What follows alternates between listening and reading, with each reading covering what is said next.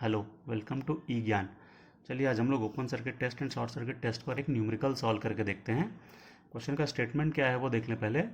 The following readings were obtained from open circuit and short circuit test on 10 kVA 450/120 volt 50 hertz single phase transformer. Open circuit test की reading दी हुई है V is equal to 120 volt, I is equal to 4.2 ampere, W is equal to 80 watt, performed at LV site.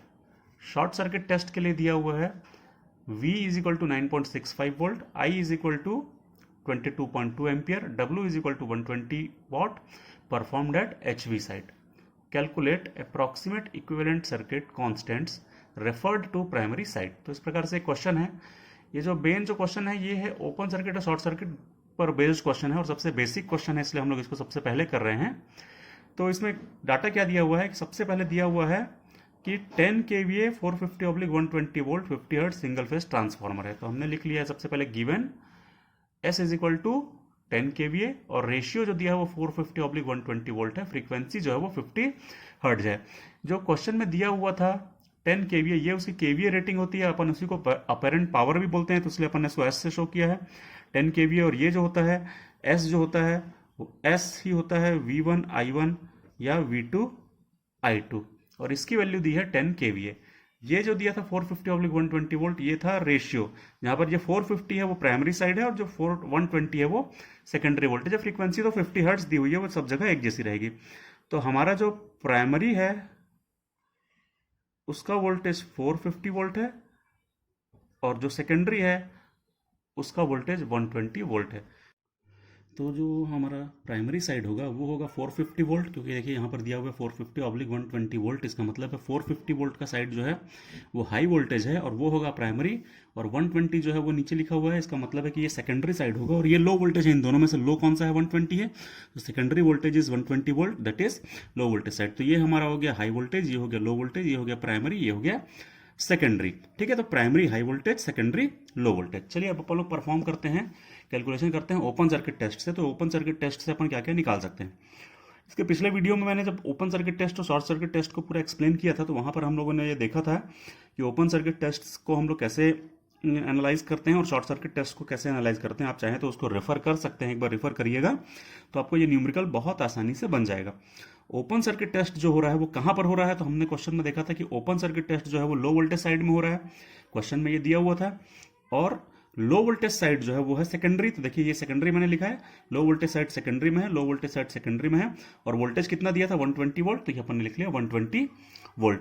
ठीक है, जो test के जो result आ रहे थे तो क्वेश्चन से मैंने उतारा है, देखिए जो, क्योंकि ये सेकेंडरी साइड में हो रहा है इसलिए मैंने लिखा है V2 is equal to 120 volt, I2 is equal to 4.2 ampere and W2 is equal to 80 watt. ठीक है, इससे अपन क्या क्या कैलकुलेट कर सकते हैं वो देखेंगे। उसके पहले एक चीज और देख लें कि हमने पढ़ा था कि ओपन सर्किट टेस्ट जो होता है वो हमेशा रेटेड वोल्टेज पर होता है। तो रेटेड वोल्टेज कितना है, रेटेड वोल्टेज है 450 वोल्ट और 120 वोल्ट। ठीक है, ओपन सर्किट टेस्ट हो कहां पर है, वो हो रहा है लो वोल्टेज साइड, मतलब सेकेंडरी में। सेकेंडरी का रेटेड कितना है, तो सेकेंडरी का रेटेड है 120, ये यहां पे दिया सेकेंडरी का रेटेड 120 वोल्ट। तो इसका देखिए क्या परफॉर्म 120 पर हो रहा है, तो हाँ ये देखिए 120 वोल्ट पर ही परफॉर्म हो रहा है। दैट इज ये जो हो रहा है ये रेटेड वोल्टेज या फुल लोड वोल्टेज पर ही परफॉर्म हो रहा है। करंट की वैल्यू जो होती है वो बहुत स्मॉल होती है। जब हम ओपन सर्किट टेस्ट करते हैं तो हमने पढ़ा था कि करंट की वैल्यू बहुत स्मॉल होती है, वो 2% या उससे भी कम होती है फुल लोड करंट के। तो अपन उसको निकाल के देखेंगे ये फुल लोड करंट कितना आ रहा है इस केस में। तो जो S है वो तो दी हुई है 10 kVA, that means 10,000 VA divided by V2 कितना दिया हुआ है, तो ये V2 हमारा 120 दिया हुआ है, ये अपन करें 120 तो कितना आएगा, यदि हम इसी को कैलकुलेट करें तो जो I2FL आएगा वो आता है 83.33 एम्पियर। तो अपन देखते हैं कि जो फुल लोड करंट है सेकेंडरी वाइंडिंग का, क्योंकि सेकेंडरी साइड में ओपन सर्किट टेस्ट हो रहा है, तो उसका फुल लोड करंट है 83.33 एम्पियर। लेकिन ओपन सर्किट के समय में कितना हो रहा है, तो ओपन सर्किट के समय में हो रहा है 4.2 एम्पियर, और ये 4.2 जो है वो 83 के कंपैरिजन में बहुत स्मॉल होता है। तो हमको ये रिजल्ट भी समझ में आ रहा है कि जब हम ओपन सर्किट टेस्ट परफॉर्म करते हैं तो उसको करते हैं रेटेड वोल्टेज पर, लेकिन जो करंट फ्लो होता है वो वेरी स्मॉल होता है, इसकी वैल्यू बहुत कम होती है। और इसी को अपन क्या बोलते हैं, इसी को अपन बोलते हैं नो लोड करंट। ठीक है, तो इसकी वैल्यू वेरी स्मॉल है जो कि हमको पता चल रही है, ये हम बस चेक करने के लिए ऐसा कर रहे हैं इसको हमने चेक करके देख लिया कि इसकी वैल्यू वाकई में स्मॉल है कि नहीं। चलिए अब अपन इसका कैलकुलेशन करते हैं। तो कैलकुलेशन कैसे कर सकते हैं, देखिए पावर है ये, W2 इज पावर, और पावर का फॉर्मूला क्या होता है, वो होता है VI cos फाई। ठीक है, इसमें से हम ओपन सर्किट कर रहे हैं जो कि सेकेंडरी साइड में हो रहा है, तो इसलिए पावर को लिखेंगे सेकेंडरी की, वोल्टेज को लिखेंगे सेकेंडरी का, करंट को भी लिखेंगे सेकेंडरी का, और जो पावर फैक्टर आएगा हम उसको भी लिख सकते हैं फाई 2 या फाई 0 से भी शो कर सकते हैं। 0 जो है वो ओपन सर्किट को डिनोट करेगा।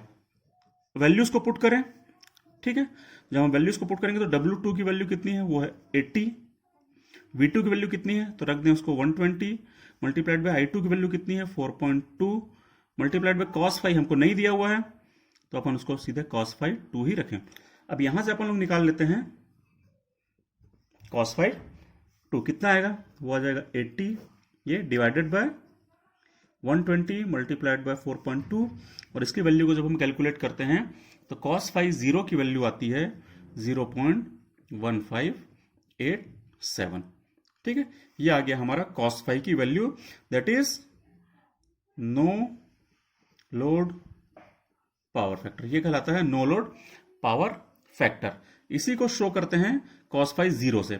यदि cos फाई हमारा आ गया है तो हमको जरूरत एक चीज की और पड़ती है, और वो होता है sin फाई। sin फाई कैसे निकालेंगे, तो वो निकल जाएगा 1 minus under root cos square phi 2। ये cos स्क्वायर फाई 2 की वैल्यू है, cos फाई 2 की वैल्यू यहां पे पुट करिए तो उससे निकल आएगा sin फाई 2। तो अपन लोग निकालने sin फाई 2, sin फाई 2 कितना आ जाएगा, यदि इसको कैलकुलेट करते हैं तो ये आ रहा है 0.9873, तो ये हो जाएगा अपना sin फाई 2। ठीक है, ये वाली वैल्यू हो जाएगी cos फाई 2। इसकी जरूरत क्यों पड़ती है अपने को, तो हम जानते हैं कि जो magnetizing component of no load current होता है, जिसको अपन IM से शो करते हैं, उसका फॉर्मूला होता है no load current multiplied by sin phi 0। और जो working component of no load current होता है, क्योंकि नो लोड करंट के दो कंपोनेंट होते हैं, जिसमें से एक मैग्नेटाइजिंग होता है, उसकी फॉर्मूला ये हो गया, दूसरा होता है वर्किंग कंपोनेंट, उसका फॉर्मूला होता है I0 cos फाई 0। हमारे जो नोटेशन हम लोग ले रहे हैं उसके हिसाब से जो I0 है उसको हमने नोटेशन दिया है I2, और इसी को हम लोग बोलते हैं नो लोड करंट, क्योंकि ये नो लोड के समय में हो रहा है। और जो cos फाई 2 आया है यही हमारा कहलाता है cos फाई 0। 2 हम लोग इसलिए शो कर रहे थे क्योंकि ये सेकेंडरी साइड में हो रहा था, 0 हम लोग इसलिए डिनोट करते हैं ताकि क्योंकि ये नो लोड का रिजल्ट है, ओपन सर्किट का रिजल्ट है। ठीक है, तो इसी को अपन लिख सकते हैं I2 sin फाई 2, और इसी को अपन लिख सकते हैं I2 cos फाई 2। चलिए अब इसमें वैल्यूज पुट करें। I2 की वैल्यू हमको पता है 4.2 है, sin फाई 2 की वैल्यू ये हमने निकाली, इन दोनों को मल्टीप्लाई करिए और इन दोनों को मल्टीप्लाई करेंगे तो IM की वैल्यू आ जाएगी, और वो आती है 4.1468 एम्पियर। ठीक है, यहां पर वैल्यूज को पुट करिए तो IW निकलेगा हमारा वर्किंग कंपोनेंट, उसकी फॉर्मूला है I0 cos फाई 0 या I2 cos फाई 2, और I2 की वैल्यू हम पुट करेंगे 4.2 जो क्वेश्चन में दिया हुआ था, और cos फाई 2 की वैल्यू तो हमने अभी यहाँ पे कैलकुलेट की, इन दोनों को पुट करिए, इसको मल्टीप्लाई करेंगे तो मल्टीप्लाई करने के बाद आ जाएगा हमारा IW, और वो आ रहा है 0.6665 एम्पियर। ये आ गया हमारा IW वर्किंग कंपोनेंट। अब इन दोनों से अपन क्या निकाल सकते हैं, देखिए तो एक हम लोग छोटा सा इसका इक्विवेलेंट सर्किट बनाते हैं। इस इक्विवेलेंट सर्किट के हिसाब से ये जो करंट होता है ये नो लोड करंट होता है, और ये जो दोनों ब्रांचेस होती हैं शंट ब्रांचेस कहलाती हैं, जिसमें एक रेजिस्टेंस होता है जिसको अपन लोग बोलते हैं मैग्नेटाइजिंग रेजिस्टेंस या core loss component of resistance, और ये कहलाता है हमारा मैग्नेटाइजिंग इंडक्टेंस। ठीक है, इसको अपन R0 से शो करते हैं, इसको अपन X0 से शो करते हैं। ये दोनों कहलाती हैं हमारी शंट ब्रांचेस। ये I0 के दो कंपोनेंट होते हैं, जो हमारा नो लोड करंट है, जिसको हम इस पर्टिकुलर पार्ट में I2 से शो कर रहे हैं। इसके दो पार्ट होते हैं, जो रेजिस्टेंस से जाता है वो कहलाता है working component of current IW, और जो इंडक्टेंस से जाता है उसका नाम होता है magnetizing component of current, that is IM। यहीं पर हम लोगों ने निकाला है, देखिए IM और IW, ये हो गया IM और ये हो गया IW। जो वोल्टेज हम अप्लाई करके रखते हैं, जो नो लोड के समय में जो वोल्टेज हमारा अप्लाइड रहता है, वो हम लोग यहाँ पर अप्लाई करके रखते हैं, जिसको हमने इस क्वेश्चन में नाम दिया हुआ है V2। ठीक है, इसके हिसाब से जब हम लोग निकालना चाहें R0 और X0 की वैल्यू, तो R0 कैसे निकलती है, जो शंट ब्रांच का जो रेजिस्टेंस है उसकी वैल्यू निकलती है V2 upon IW Ohm's law से, V2 की वैल्यू कितनी है? V2 की वैल्यू दी है क्वेश्चन में 120 ऑब्लिक IW हमने कितना निकाला है?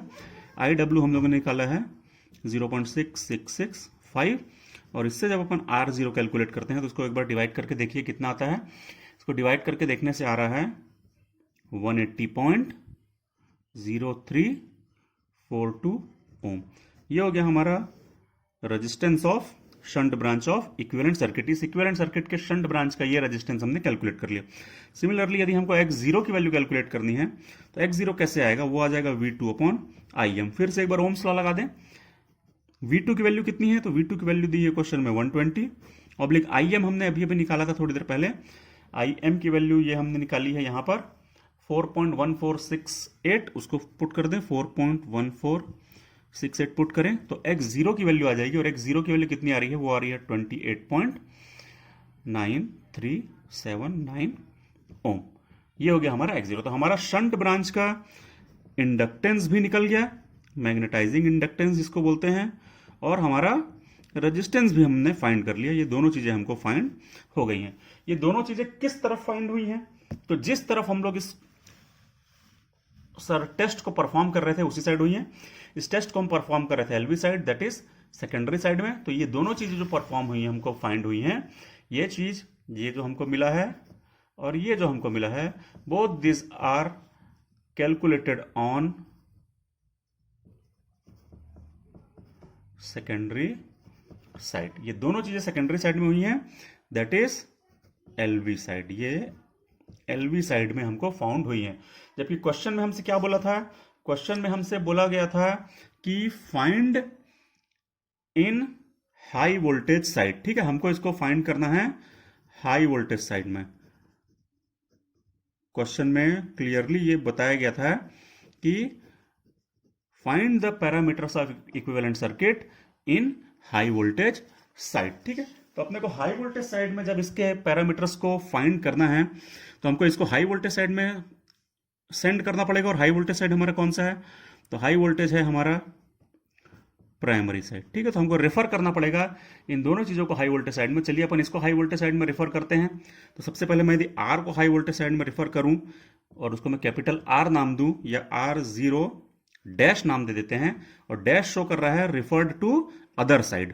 ठीक है, पहले किस साइड में था? पहले था ये सेकेंडरी साइड में। अब हम रेफर कर रहे हैं उसको प्राइमरी साइड में। तो कैसे करते हैं? हम रेफर करने जा रहे हैं प्राइमरी में, तो प्राइमरी का टर्न्स ऊपर डिवाइडेड बाय सेकेंडरी का टर्न्स, इसका square multiplied by old value. Old value क्या है हमारी? ये है R0। पुट कर दो R0, वैल्यूज पुट करो। N1 अपॉन N2 कितना है? तो वो दिया हुआ है 450 ऑब्लिक 120 का स्क्वायर मल्टीप्लाइड बाय R0 हमने कितना निकाला? ये निकाला है 180.0342। तो R0 dash which is refer to primary side आ जाएगा। इसको अपन ने कैलकुलेट किया हुआ है 2531.731 ओम। ये हो गया हमारा शंट ब्रांच का resistance referred to primary side. Same way में, बिल्कुल सिमिलर वे में आप लोग X0 डैश भी कैलकुलेट कर सकते हैं। X0 डैश क्या हो जाएगा? वो भी यही फॉर्मूला रहेगा, क्योंकि हमको रेफर करना है प्राइमरी में, तो प्राइमरी का टर्न्स ऊपर, सेकेंडरी का टर्न्स नीचे, इसका square multiplied by old value of X0। इसकी वैल्यू इसको पुट करेंगे। N1 अपॉन N2 जो है वो 450 अपॉन 120 है, और X0 की वैल्यू ये देखिए हमने यहाँ पर निकाली है। तो इन सभी वैल्यूज को ऐसे पुट करने के बाद जब हम इसको कैलकुलेट करेंगे तो X0 आ जाएगा 406.939 ओम। ये हो जाएगा रेफर्ड टू प्राइमरी साइड। ठीक है, तो ये अब रेफर हो गया हमारा कौन से साइड? अब ये रेफर हो गया HV साइड में। ठीक है, ये भी रेफर हो गया HV साइड में, जैसा कि क्वेश्चन में बोला गया था। तो हमने अपने इक्विवेलेंट सर्किट के दो पैरामीटर्स जो हैं, कौन कौन से दो पैरामीटर, R0 और X0 को हाई वोल्टेज साइड में रेफर करके कैलकुलेट कर लिया है, और ये दोनों वैल्यू ऑफ इक्विवेलेंट सर्किट हमको पता चल गई हैं। चलिए, अब यहां पर जो सीरीज ब्रांच होती है, सीरीज ब्रांच में भी रेजिस्टेंस और इंडक्टेंस कैलकुलेट रहते हैं। इसको यदि हमको निकालना है R और X को, तो उसको कैसे निकालेंगे? तो ये दोनों अपने को फाइंड होते हैं शॉर्ट सर्किट टेस्ट से। चलिए अपन निकाल के देखते हैं अब short circuit test. Short circuit test है, शॉर्ट सर्किट टेस्ट कहां पर हो रहा है? हमारे क्वेश्चन में दिया हुआ था कि जो शॉर्ट सर्किट टेस्ट है वो परफॉर्म हो रहा है अपना एचवी साइड में। तो हमने यहाँ पर नोट कर लिया है कि short circuit test is performing on HV side. और जो डाटा दिया हुआ था उसके हिसाब से एचवी साइड कहाँ पर है, तो देखिए ये न्यूमरेटर में है, ये ज़्यादा है, मतलब ये एचवी साइड है और ये है प्राइमरी साइड, तो इसलिए हमने लिखा है एचवी साइड या प्राइमरी साइड। जो टेस्ट रिजल्ट्स जो दिए हुए थे वो थे 9.65 वोल्ट, तो अपन ने यहाँ लिख लिया 9.65 वोल्ट और उसको V1 दे दिया है क्योंकि प्राइमरी में हो रहा है।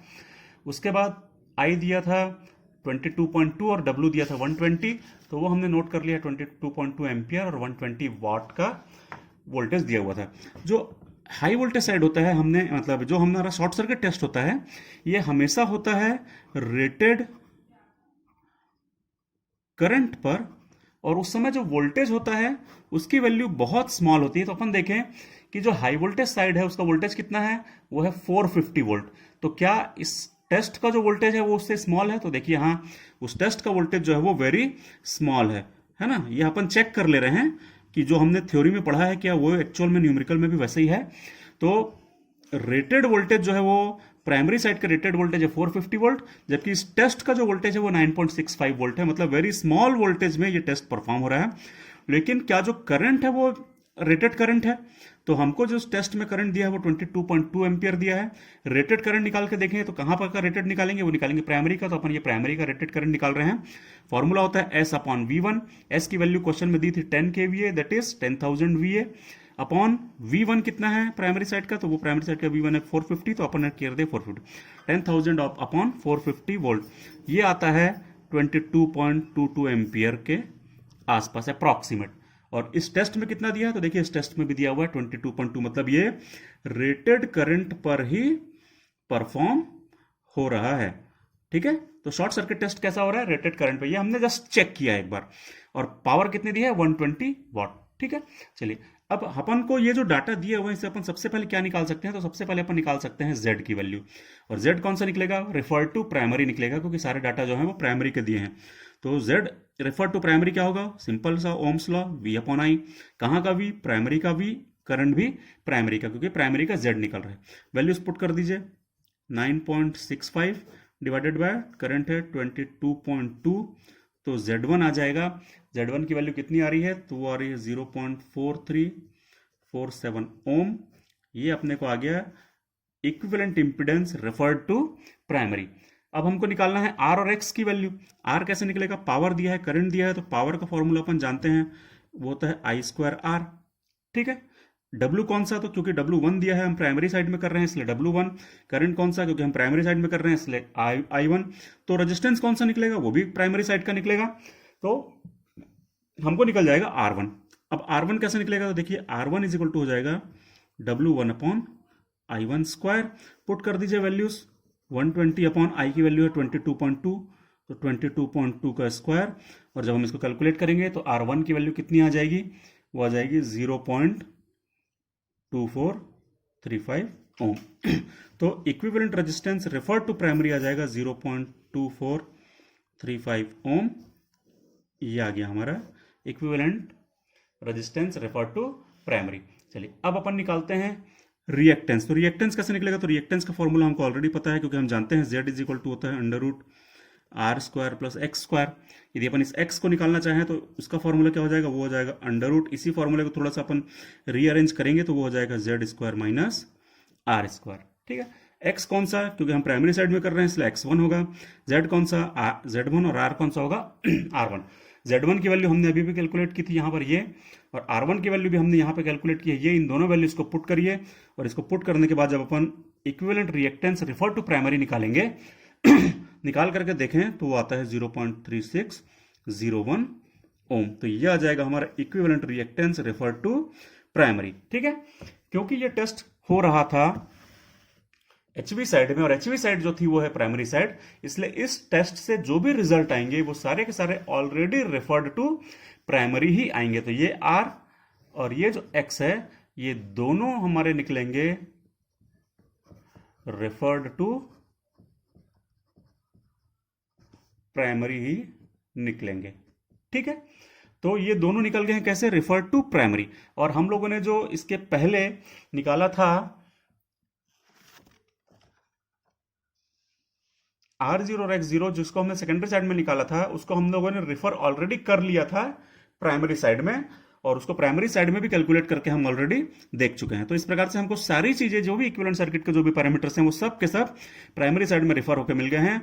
ये जो हमने एक सर्किट डायग्राम बनाया है इक्विवेलेंट सर्किट, इसमें ये सीरीज ब्रांच के पैरामीटर्स हैं और ये दोनों शंट ब्रांच के पैरामीटर्स हैं। ये शंट ब्रांच के पैरामीटर्स जो कैलकुलेट होते हैं वो होते हैं ओपन सर्किट टेस्ट से, और जो सीरीज ब्रांच के जो पैरामीटर्स कैलकुलेट होते हैं वो होते हैं अपने शॉर्ट सर्किट टेस्ट से, जो हमने अभी अभी यहां पर ये दोनों कैलकुलेट किए। तो इस प्रकार से हमको इस इक्विवेलेंट सर्किट ऑफ ट्रांसफार्मर के सारे पैरामीटर्स जो हैं वो अप्रोक्सीमेटली कैलकुलेट हो गए हैं। ठीक है, थैंक यू।